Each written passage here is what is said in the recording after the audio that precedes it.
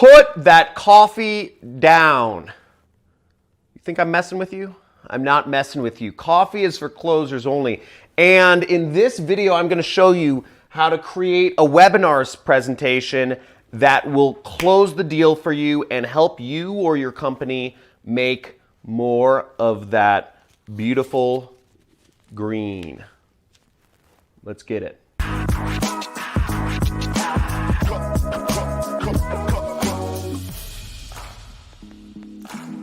ABC, always be closing. And that's what webinar presentations are all about. If you're performing a webinar, it is all about closing the sale. A webinar presentation is the equivalent of a modern day sales pitch. And I have performed hundreds of times in my life. My webinar has been seen by millions of people, and I've tested everything about them. And I'm going to walk you through the perfect webinar formula in this presentation. Now, I have 8 different sections to this webinar. This is a simplified version. I'll be explaining as much as I can. Abbreviated TOIC. Now, the goal of a webinar is generally to get somebody to take an action, to buy a product or a service, or to call a phone number, whatever it is you're doing, whether you're selling B2B or whether you're selling B2C, webinars work and they're fantastic, and they are really the only way to be selling anything on the internet if you ask me. So the first thing you need in an effective webinar is you want a catchy, descriptive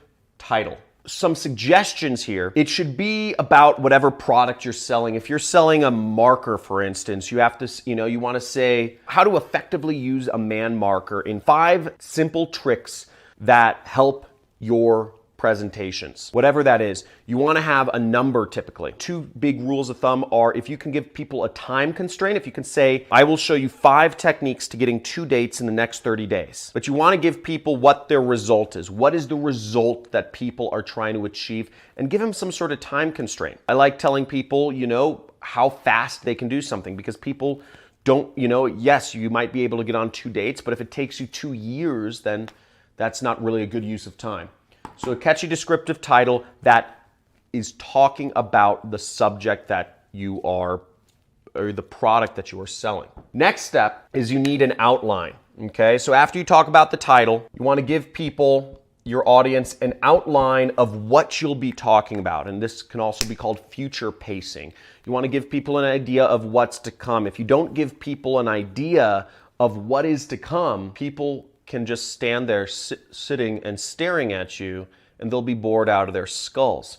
If people are bored out of their skulls, if people don't know what to expect, then you're not going to keep their attention. However, if you tell people, here's what you're going to learn in this presentation, I'm going to show you 5 secrets to performing webinars that will dramatically increase your sales. I'm going to show you how to automate your webinars. You only have to perform it once and millions of people can see it. So it doesn't take any extra of your time. At the end of the presentation, I'm going to give you a template for the perfect webinar formula that you can print out and fill in the blanks for your own product.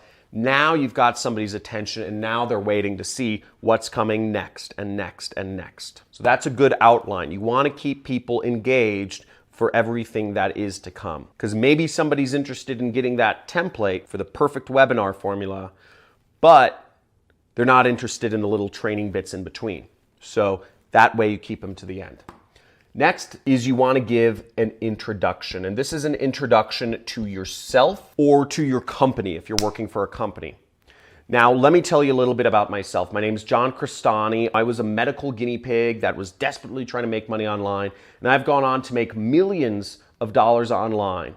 Okay, I make millions of dollars every year. Right now, last year my business did almost $4 million in revenues. I live in Malibu, California, and I have thousands upon thousands of other success stories of people who have gone through my training and gone on to make thousands, tens of thousands, hundreds of thousands, and even some people making millions of dollars just by watching my training. So you give people your story or your company's story in your introduction. What you should also be doing kind of in your story, what you also want to do, you want to overcome people's objections. Whatever you're selling, whether it's insurance or mortgages or sweaters or camera equipment or agency services, whatever you're selling, there are reasons why people don't buy. So you want to bring those up in your story. So what I could have done in my introduction is I could have brought up those objections within a story format. I could have said, I've made millions of dollars on the internet without any technical skills. I don't know how to program. If you ask me to write a line of code, I will break the internet. I will say without having an audience. I made all this money without even a social media presence.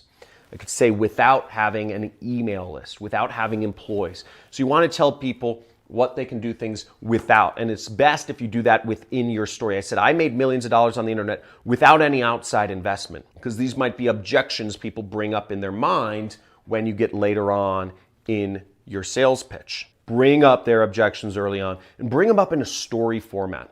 That's, I always see, the best way. Next is you want to actually deliver whatever your training is. Now, your training, this is generally a whole section right here, takes up about, let's say, 5 to 15 minutes. Now, the training itself should be maybe about 30 minutes long. 30 to 45 minutes is a good barometer here. You want to, generally your training should be on one of two things. You should be either giving people tips or tricks or techniques or tactics to do something. 5 different tactics to create the perfect lighting for your YouTube video set. Or you could do mistakes, tips or mistakes. One is framed positively, one is framed negatively. Mistakes are generally much more powerful than tips. You could say 5 common mistakes parents make in raising their children that cause them to have issues later on in life. People are much more attracted, for biological reasons I won't go into in this video, to mistakes, to the negative. People are much more attracted to the story where somebody, where there was a, mass gun shooting at a school versus somebody who donated schools to a community in Africa.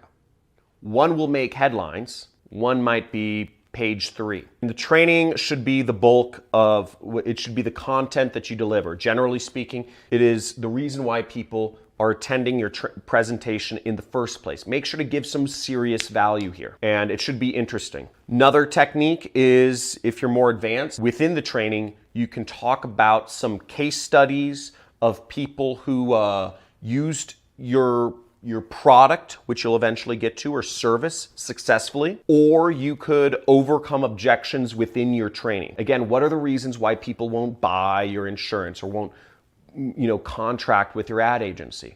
Might be they're worried about it's too expensive, or is your company HIPAA compliant, all that stuff. And you could bring that up in your training. You could say one mistake companies make is they don't work with an ad agency that is HIPAA compliant. I'm making up stuff here, but maybe you get the idea of what I'm talking about. After you deliver the training, this is where it starts to turn, and this is called the transition, to where you're going to start talking about your product. Now, the transition may be 1 to 2 minutes long. The transition isn't very long. The transition is extremely short, actually, but it's very important. It's a very pivotal part of your webinar presentation, because going from training to what we'll get to, which is the actual product or service that you're selling, moving from just helping somebody out to selling them something, there can be some inertia there. And you want to remove as much inertia as possible, so you're not just saying, hey, here's some tips. By the way, you want to buy my product or service? Right? That doesn't seem congruent. By the way, I have a product or service I'd like to sell you. So what you want to do in the transition is, generally speaking, the heaven or hell scenario is the most common that people use, and that's the one we'll talk about here. So the transition most commonly used by people is saying, okay, great, I just trained you. I hope you learned a lot about how to light your YouTube set. Hope you learned a lot from those mistakes and you got a lot of information and you're gonna go out and be successful. Now, you're at a point where you could go do it alone. Go out, do it alone, have no support, have nobody to turn to, and try to put all this stuff into action. Maybe you'll do it, maybe you won't. Or you could work with an expert. You could work with a YouTube agency or whatever it's called. You can work with a videographer or a set designer that is an expert, and you can have me do it all for you. That's a good transition. Now, the next step, after you paint that transition, you say, so you could go it alone or you could work with an expert.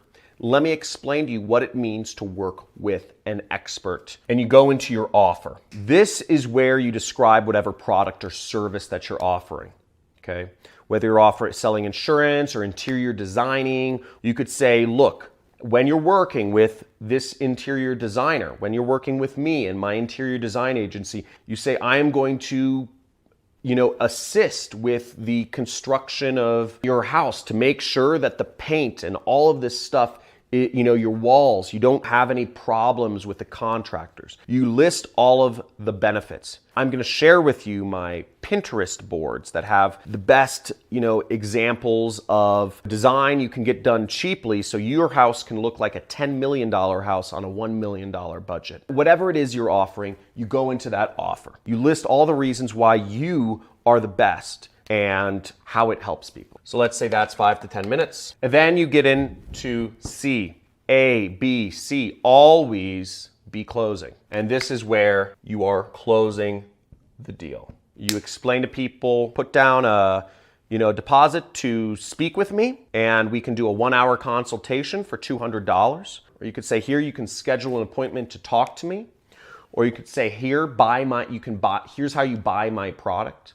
Whatever it is you're selling, this is the point where you close. Now, if you did this all correctly, you actually overcame every question that they would be asking at this point in your presentation itself. Any question that they'd be asking, like, can I talk to you afterwards? Or, how long do we work together? You should have overcame every one of those objections within your training, your introduction or your training itself. Every question that somebody should have had should have already come up, and you should have already addressed it multiple times so that they don't have those questions when they're here, when you're asking them to do what you want them to do. What most people do is they still have a Q&A at the end. So any additional questions, any additional objections that people have, you overcome those in the question and answer session at the end of your training. Now, that's all said and done. Let's say you're closing people. Let's say this is 5 to 10 minutes. You're in for anywhere for about maybe an hour to an hour and a half, okay, is a typical webinar training presentation. Shorter than a movie, but that's a typical sales presentation in person. That's a typical sales presentation time length for a sales presentation over the phone too. Boom! Now, that is how you deliver a sales pitch. I hope this was useful in some ways. If you got a lot of value out of this, I've done this a lot, and I do a lot of other online marketing in my business.